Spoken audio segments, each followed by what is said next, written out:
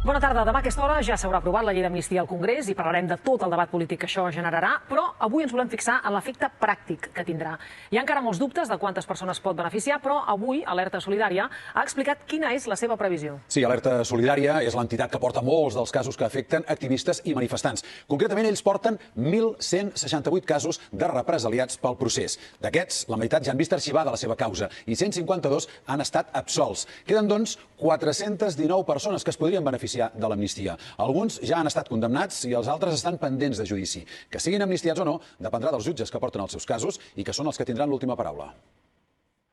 Del miler llarg de manifestants i activistes investigats pel procés, només una tercera part, 419, poden beneficiar-se ara de l'amnistia. Per Alerta Solidària, la llei només és una solució parcial. La llei d'amnistia es tanquen moltes carpetes penals, però el que ha activat totes aquestes carpetes penals és la voluntat repressiva de l'estat espanyol que manté intacta la seva maquinària, jutges, lleis, policies i les clavegueres, tota la guerra bruta. Tot això segueix intacte, no s'ha esmenat, no s'ha fet cap correctiu.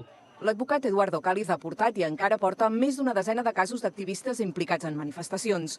Tot i que els processos judicials poden acabar en absolucions o arxivaments, recalca les greus conseqüències tant personals com laborals que pateixen els implicats.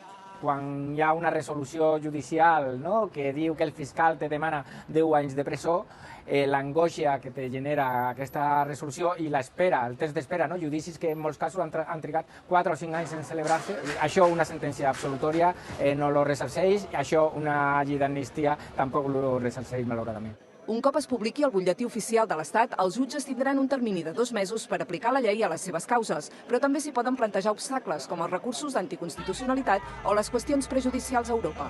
Per això, Alerta Solidària ha creat un grup tècnic de seguiment per veure com, en cada cas, els jutges apliquen la llei d'amnistia.